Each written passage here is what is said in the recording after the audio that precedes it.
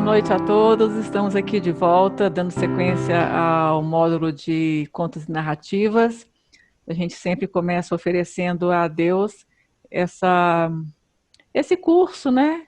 Todo esse projeto para que Deus seja louvado acima de tudo. Que Ele esteja aqui com toda a corte celeste e Nossa Senhora.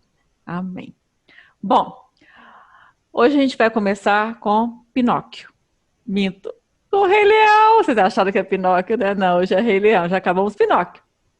E é um filme que não é o recente que eu vou falar porque esse ano teve o lançamento do Rei Leão.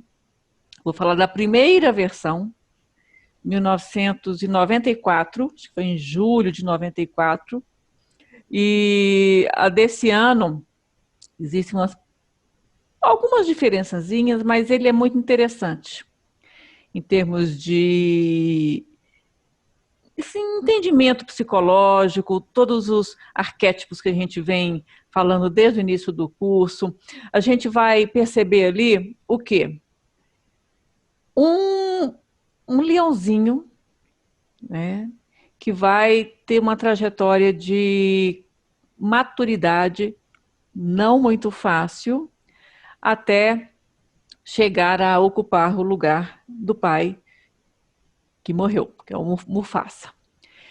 E o filme ele é muito rico nas imagens e toda a simbologia que está ali são recursos fantásticos para trabalhar adultos e crianças, para todas as idades.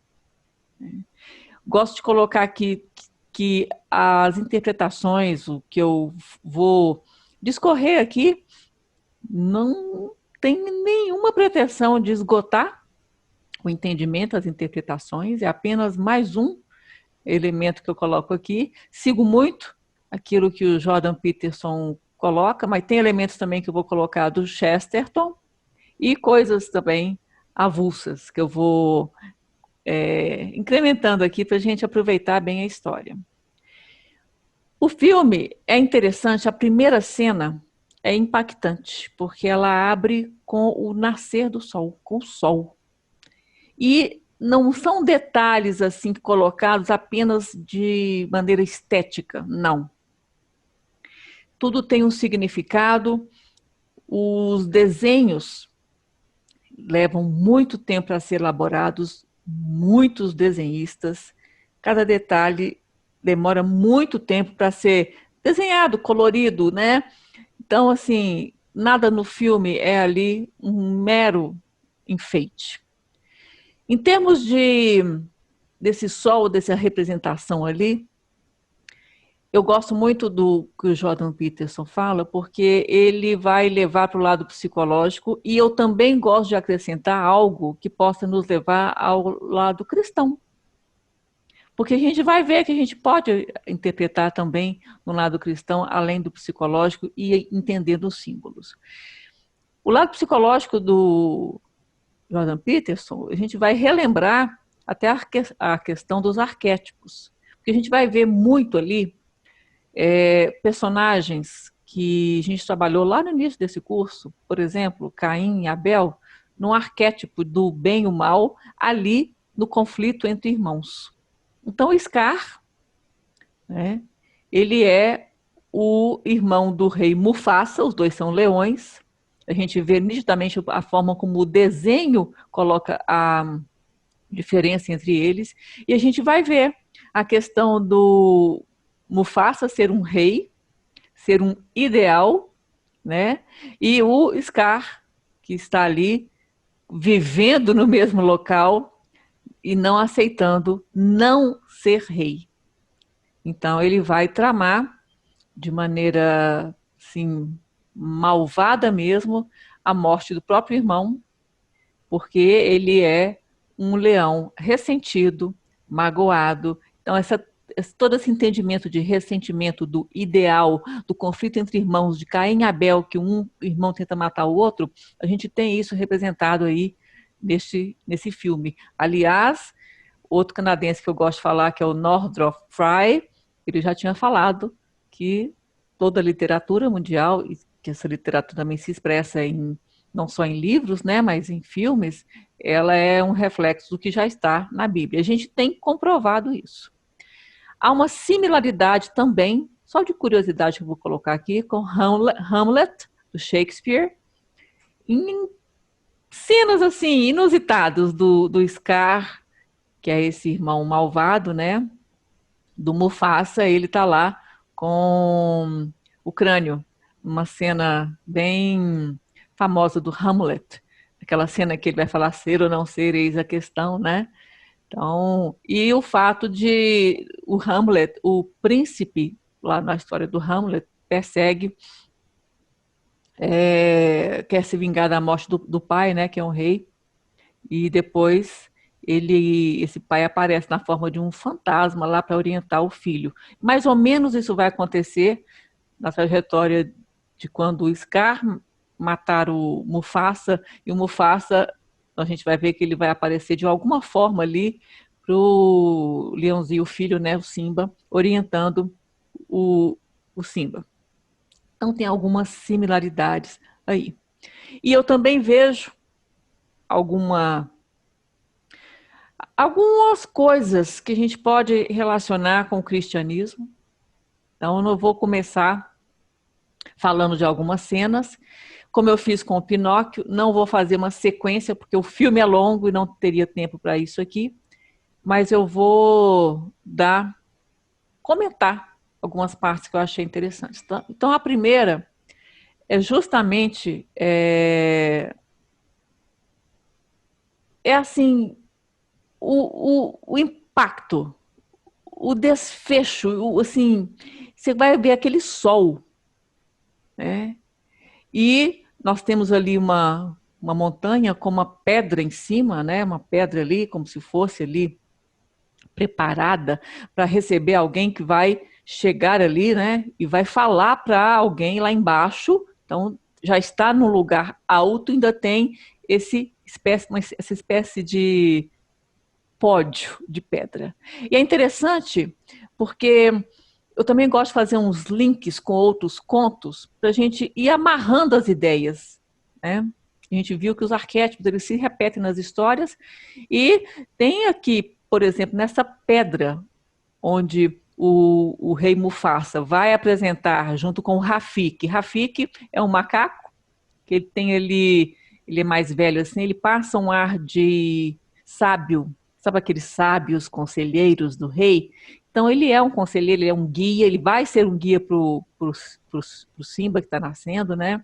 Ele vai ser uma espécie de profeta, né? E a gente vai ver que o Rafik, o Mufasa, vão pegar o Simba bebezinho, né, o filhotinho ainda, e vão elevá-lo lá nessa pedra para o sol, assim, e a gente vai vendo aqueles animais, um tanto de animal vai chegando, para poder, vai acontecer algo, então eles vão ali para contemplar o que vai acontecer.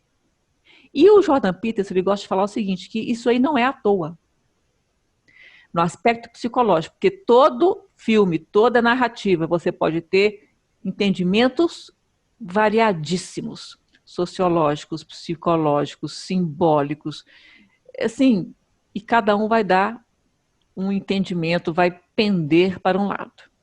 Então, olha só, se você tem ali um monte, né, uma montanha ali, que já tem uma pedra, essa pedra, ela representa ali uma tradição, ela está vinculada à ideia de castelo, que a gente vê nos contos de fada, onde a princesa está no castelo, né, e o príncipe vai lá salvá-la e tal. E porque as pedras, né, a gente vai lembrar aí, por exemplo, quem já viu documentário, ou já mesmo visitou cavernas, né, que vê aqueles desenhos rupestres que estão ali marcando aquelas pedras, deixando ali tradições. Interessante, né? O ser humano tem necessidade de deixar algo, como se fosse eternizando ali tradições, costumes que são representados, né? E essa pedra, nesse ambiente aí dos animais, é como se fosse um castelo, um elemento de tradição. E é uma tradição um rei existir e depois passar o seu reinado para o filho e assim sucessivamente, e junto com o rei carregar as tradições, os costumes daquele povo. O povo aqui na história do Rei Leão é um povo que é um animal, que são animais. E isso é interessante, que o Jordan Peterson fala o seguinte: o sol vai simbolizar, além do ser o sol, né? Ele simboliza a consciência, o despertar da consciência. E nós vamos ver que o final do filme também vai voltar mais ou menos para uma cena parecida com essa, que justamente no final é como se quisesse retornar ao início para fechar o entendimento. Então o sol, porque nós somos seres diurnos, né? Então a consciência está ligada à claridade, à iluminação. Tanto é que quando a gente fala assim, eu tive uma ideia, se você tiver que desenhar isso, a ideia é aquele desenho daquela lâmpada, que a pessoa vai olhar para a cabeça da pessoa ali no desenho, acima vai estar uma lâmpada. Você vai entender que você quer dizer ideia. Então tem a ver com iluminação, claridade. E ali está nascendo um reizinho, né? O príncipe ainda, né? E ele vai ter o início de uma trajetória de sua consciência que vai nos momentos do filme que você vai ver o Simba passando por períodos de neblina ali, escuridão, a iluminação do desenho muda, né? Vai ficar uma coisa mais fechada, escura, nos momentos em que ele está com a consciência ainda não bem formada, quando nós vimos no Pinóquio, né? Lá em Pinóquio a gente tinha um grilo falante, para dar a gente entender a consciência fora do boneco. E aqui, essa consciência a gente vai acompanhando através da iluminação que você vê ao longo do filme, começando com o sol, e outros momentos vocês vão ver essa neblina, essa névoa densa em alguns momentos do filme, e depois ele vai fechar de novo com a presença do sol, que é quando nasce a filha já do Simba. Então, o fato de ter esse sol com uma música maravilhosa que abre o filme, a consciência ali está aberta para ser iluminada, e essa consciência, no aspecto psicológico ali, ela vai estar ali com valores, ela vai estar ali com toda uma construção a se iniciar de moral, de ética, valores, virtudes e também vícios que podem e vão estar presentes na caminhada da construção de uma personalidade que está começando a existir, a ganhar vida, né? E precisa, então, desses componentes do ser humano que nascem com ele, porque o ser humano ele nasce com algo dentro dele que vai sendo trabalhado. Por isso que o ser humano precisa ser educado, tanto em escola, mas principalmente a educação começa em casa. Porque senão todo aquele instinto animalesco, ele vai dar vazão sem se controlar, sem ser domado, e aí o ser humano não vai agir como humano, sim agir apenas na base instintiva. Então, quando a gente vê a cena da girafa chegando com a girafinha, aquele tanto de animal se aproximando desse sol e desse cume, onde tem essa pedra, onde vai ser apresentado o leãozinho, a gente vê ali também, em nível psicológico, como se fosse esses animais, os nossos instintos, que precisam olhar para algo superior, porque eles estavam abaixo e a pedra onde o Simba ia aparecer estava para cima. É como se todos aqueles instintos animalescos, tudo aquilo que a gente carrega, estivesse ali na presença da consciência, à espera da consciência colocar os seus ditames, organizar, como se fosse uma hierarquia de valores. Então, o rei, no caso ali ainda Mufasa, apresentando o seu filho, é para o rei que esses animais iriam olhar. E aí a gente, quando nasce, a gente vai construindo essa hierarquia dentro de nós para ordenar, organizar esses, entre aspas, animaizinhos que nós temos dentro de nós, que são os nossos próprios instintos. Então ali, Rafik vai fazer um ritual logo depois que o bebê, o filhotinho Simba é apresentado. Ele vai, como se fosse um ritual de batismo, né?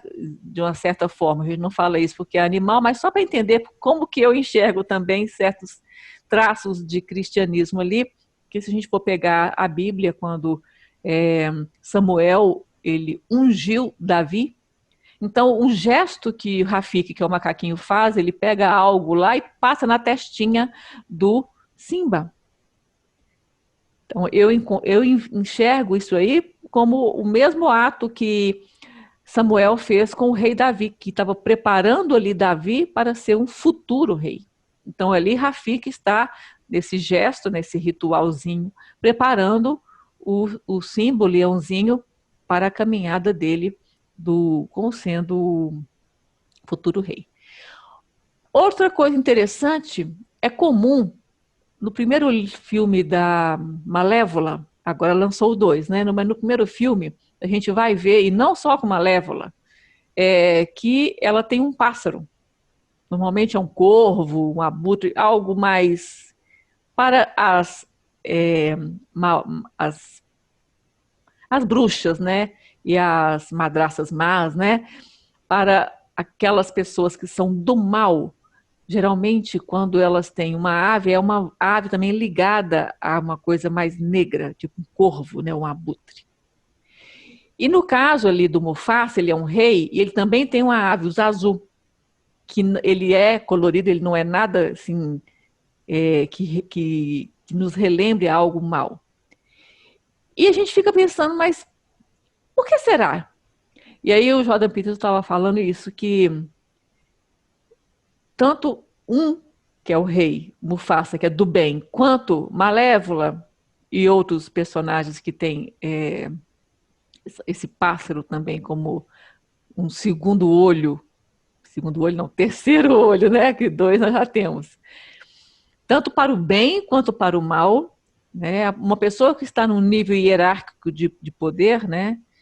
Ela precisa ter atenção, estar atento a tudo. Então, precisam de auxílio de algo que possa ir onde os olhos humanos apenas não vão. No caso do Mufasa, ele é do bem, e ali aparece o Zazu, que vai ser essa ave que vai ajudar Mufasa a ver pelos olhos da ave todo o reino que o Mufasa comanda. E o Mufasa, ele chega a falar pro Simba, né, mostrando, olha, lá no horizonte e tal, onde tinha tudo que podia se enxergar, que estava sob o aspecto luminoso dos raios ali, né, do sol, o Simba poderia explorar. Mas, como diz Chesterton, analisando os contos, né, o Chesterton, a gente já viu que ele fala que todo conto que se preze, tudo vai ser permitido, a não ser uma pequena coisinha que vai ser pedida em renúncia, em sacrifício. Vou só lembrar aqui rapidamente, Cinderela, quando ela vai para o baile, a fada madrinha faz cada coisa para ela, um vestido maravilhoso, transforma a abóbora em carruagem, com cocheiro, lacaios, né? E ela vai poder ir para o baile lá real para dançar lá com o príncipe. E põe uma únicazinha condição, que é chegar à meia-noite. A Aurora, que é da Bela Adormecida, também ela podia brincar com o que ela quisesse, tocar o que ela quisesse, mas não podia tocar numa roca. Né? E aí o Chesterton vai nos remeter que esse tipo de condição está presente desde o Jardim do Éden, quando Deus falou: vocês podem fazer, comer, tocar o que quiserem aqui do jardim, menos a árvore do conhecimento do bem e do mal. Então a gente vê esses conteúdos se repetem para nos fazer lembrar, e quando a gente trabalha com as crianças, mães e pais que estão aqui escutando, toda vez que tiver oportunidade, depois que lê um livro para a criança, depois que assiste um filme com a criança, e quando a criança vem falar assim, que a gente escuta isso, nossa, mas eu não posso nada. Meus amigos, meus colegas podem tudo, mas aqui em casa a gente não pode nada. A gente coloca essas condições que são impostas em todos os livros, em todas as narrativas, né? Então a gente coloca, olha, vocês não são os únicos, não. Isso aí vem, vocês estão vendo, ó, nessa história, naquela outra, e aqui também no Rei Leão. E ele é um rei. Ele é um rei, mas falou com o filho dele. Você pode, ó, você está enxergando até ali no horizonte, está pegando a luz ali do pôr do sol, você está enxergando? Tô. Pois é. Para lá você não pode ir. Ou seja, ele tinha uma vastidão por onde ele pudesse andar, mas dali para lá não. E também aí a gente entra no entendimento de causa e ordem, que eu comecei a falar desde o início do curso, que esse local que estava iluminado ali onde o pai mostra, né, é um local de ordem, digamos assim, de conhecido, e dali para lá já é o desconhecido. Já é aquilo que vai intimidar, né, e vai trazer desconforto e insegurança para aquele leãozinho. Lembrando que todo esse sol nascendo e essa música estão preparando os nossos ouvidos e os nossos olhos para presenciar o nascimento de um leãozinho, que a gente vai ver que ele é muito mais do que um leãozinho. Ele vai ser o herói dessa narrativa, e um herói que nasce vulnerável. Isso é interessante também. Como nosso Senhor Jesus Cristo também nasceu indefeso e vulnerável. Sem querer compará-lo, não há comparação com o animal. Vocês estão entendendo aqui, né? Mas a gente vê que é importante esses detalhes de uma aparente fraqueza, dessa vulnerabilidade do herói, porque isso dá mais corpo de entendimento quando a gente vê que esse herói nasceu, que é vulnerável, igual em outros contos que você tem um príncipe, o príncipe às vezes ele é um jovem, né? E aí você também vai ver lá, vamos pegar a Bíblia, que eu já comecei com a Bíblia hoje também, a história do Davi e Golias. Golias era um gigante. E o Davi? Perto do Golias, um anão. Né? Então, vão se confirmando que, né, o herói, quanto mais ele tiver uma aparência, né, de fragilidade, uma aparência de vulnerabilidade, ele vai transmitir com as conquistas que ele faz, né, ao longo da história, essa força. Porque a criança, quando escuta uma narrativa dessa, ou vê um filme desse, ele se identifica. Então, eu sou pequeno, ou eu sou fraco, né? Ele vê que ele, apesar de ser pequeno, apesar de ser fraco, ele pode contra o gigante, né? Então, não são detalhes a gente vê um herói, no caso o Rei Leão, nascer ali um bebê indefeso, vulnerável. A gente vai ver que o Scar, que é o irmão, que é o tio dele, né? Ele vai fazer planos e vai fazer com que o seu irmão morra e o sobrinho, o leãozinho, se sinta culpado. E isso, em termos psicológicos, é uma coisa interessante, porque aquela pessoa, no caso do Scar, que é ressentida, magoada, invejosa, né, que não consegue conviver com o irmão, que é o ideal, que está ali, que foi escolhido rei e ele não. Essa pessoa, ela não pode dizer que mágoa, ressentimento, inveja, que se atinge apenas aquela pessoa. Desde Caim e Abel, quando eu falei aqui no primeiro módulo, a gente vê que há consequências, e consequências graves para os outros. Então, é um aprendizado para o adulto e um aprendizado também para a criança, que a gente também vai trabalhando com eles quando aparecem esses personagens que notoriamente são do mal. E a gente já vê no próprio desenho, eles são muito habilidosos em querer apresentar essas diferenças, porque o Mufasa, ele tem um porte de majestade, né? Ele é um rei, um porte, uma elegância, né? Uma forma de se colocar, de falar e tudo. E você vai ver que o desenho, quando vai retratar, desenhar mesmo a figura do Scar, ele é mais escuro, porque o Mufasa não, ele é nos tons mais de dourado, com o avermelhado ali, né, da juba com a pele, que o leão tem uma pele mais cor de pele mesmo, mas dá uma puxadinha para um dourado. E no filme, né, o desenho, ele coloca a juba ali, um tom mais avermelhado, quase puxando para um vermelho, não é, mas quase puxando. E o que é interessante disso? Para deixar também aquela característica peculiar da realeza, né, que é o vermelho e o dourado. Né? E o Scar, como é que ele é descrito? Primeiro que se a gente for ver os outros leões, eles têm normalmente lá nas cenas, as patinhas, as garras estão recolhidas nas patinhas. O Scar não. As garras dele estão à mostra. Ele tem uma cara mais carrancuda, fechada, né? Ele é mais escuro, sombrio, né? E na relação dele com Simba, a gente vai ver um olhar sarcástico, irônico, típico das pessoas que têm alguma maldade no coração e querem fazer o outro de bobo, que é o que ele vai fazer com o próprio sobrinho. Então, quando a gente se depara com esses personagens que têm características do mal, a gente depois trabalha com as crianças, né, para ver, olha o que o mal pode fazer com o ser humano quando não bem trabalhado. Então, Caim e Abel foi lá e agora nós temos aqui o quê?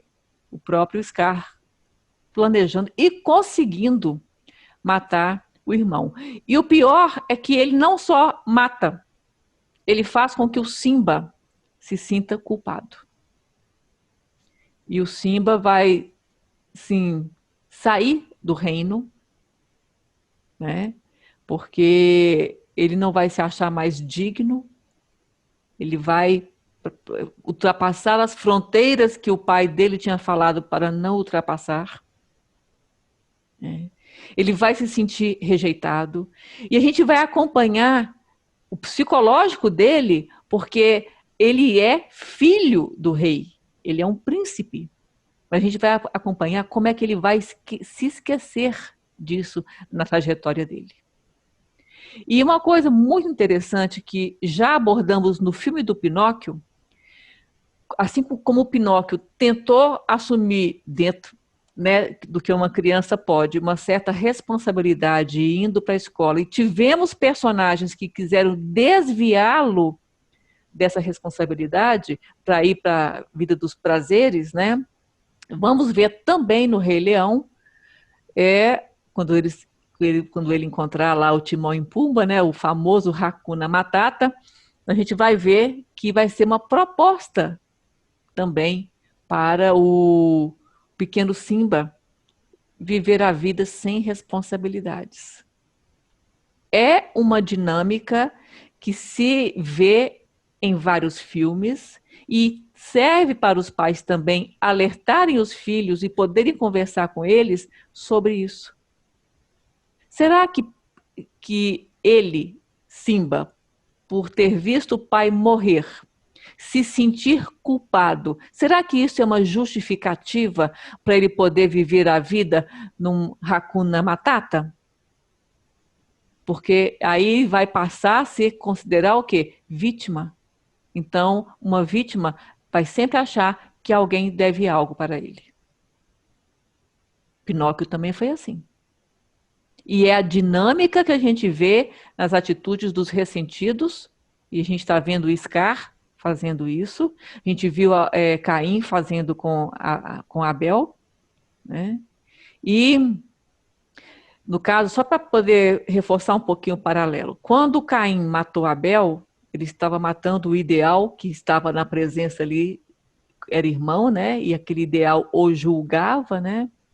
Então, ele, como era uma pessoa de coração endurecido, ele não poderia conviver com o irmão que brilhasse e ele não. Ao mesmo tempo, quando ele mata Abel, ele está matando a criação de Deus, então ele quer provocar Deus. E aqui também, né? O Scar, ele tem esse ódio de matar um ser que foi criado, que é o irmão, né? Ali ele não vai ter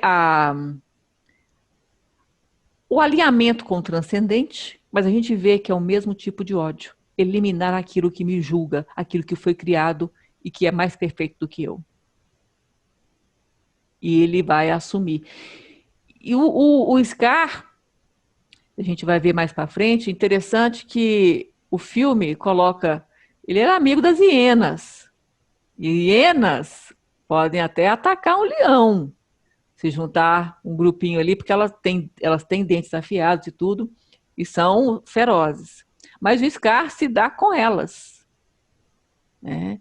O Scar vai se juntar justamente de uma forma perigosa com aqueles tipos de animais que são para ele também uma ameaça, como se fosse um risco, mas um risco, uma adrenalina ali de se juntar com o mal, né?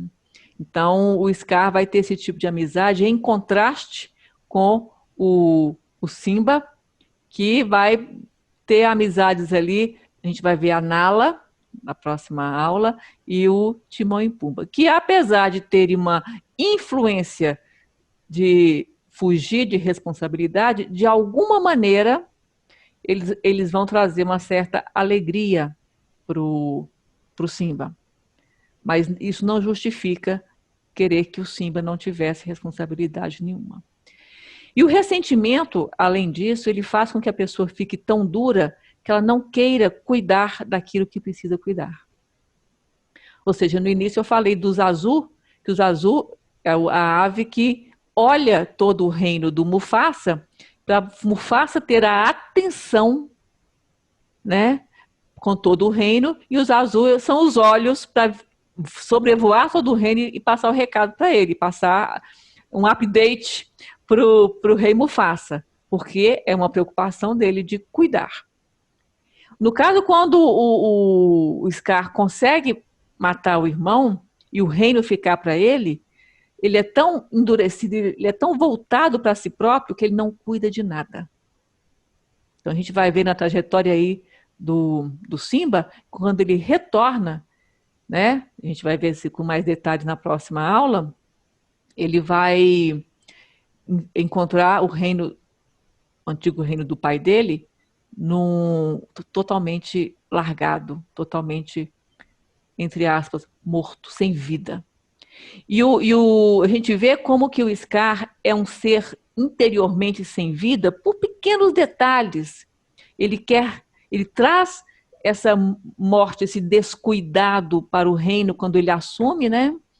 E ele tenta sempre levar o Simba para longe de onde tem água. Se vocês forem ver o filme e já tiverem visto, prestem atenção, porque a água é o símbolo de quê? Da vida. E toda vez que o Simba está com o Scar tenta levá-lo para onde não tem água, ou seja, ele quer fazer com que o Simba também tenha o mesmo destino dele de quê? De se secar por dentro. Você vai ter a culpa que eu tenho, como se fosse o Scar falando, né? Você vai ter a culpa que eu tenho, você vai se martirizar como eu me martirizo, e você vai se secar por dentro como eu sou. Porque todo mundo quer fazer do outro a sua própria imagem e semelhança. No quesito do sofrer. Se eu sofro, o outro não pode ficar alegre. Tanto é que ele mata o irmão e quer que o sobrinho também carregue uma culpa, que não é dele, inclusive. Então, os desenhistas, né, o diretor do filme, né, da arte aí, do desenho, ele pensa nesses detalhes. E depois a gente vai ver um contraste quando o Simba começa um processo de amadurecimento. A gente vai ver que ele está até numa cena lá que ele está atravessando aquelas, não é uma ponte, né? Está atravessando um tronco. que serve de ponte, e a gente vê as imagens que passam no fundo. E não são imagens que estão ali também por acaso. Então, você vai ver árvores, você vai ver uma queda d'água, você vai ver a lua. E são todos esses símbolos representantes de algo que se transforma, que estão em constante crescimento. A árvore está em constante crescimento. A água da cachoeira, ela também é um elemento de transformação. E a lua também. A gente sabe, né, do ciclo da lua, minguante, cheia e tal. E a lua que aparece nessa caminhada do Timão, Pumba e o Simba, é uma lua que está cheia, bonita, vibrante. Ou seja, é como se ali tivesse a simbologia do crescimento do Simba que estivesse completo. Então, essa é mais ou menos uma trajetória de vida do Simba, do Scar e do Mufasa. E ao longo das próximas 2 aulas, eu vou colocar mais detalhes simbólicos e psicológicos desses personagens. Sempre lembrando que aquilo que se aplica aos animais também serve de entendimento psicológico e simbólico para nós como seres humanos.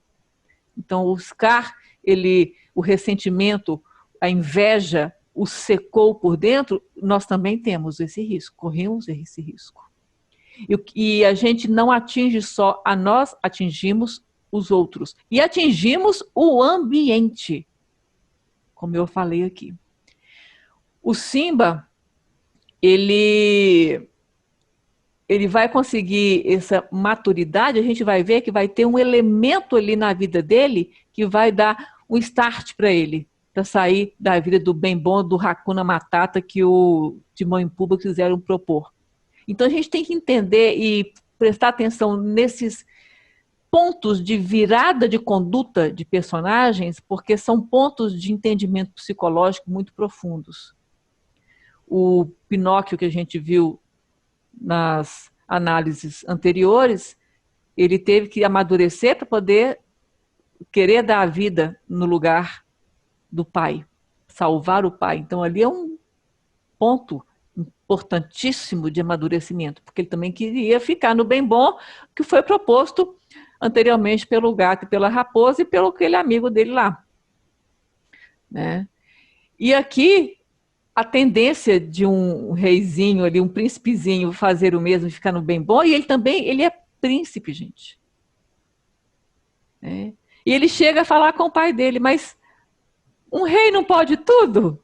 Ele fala com o pai, e o pai vai falar com ele, mas o rei tem que fazer muito mais do que a sua própria vontade.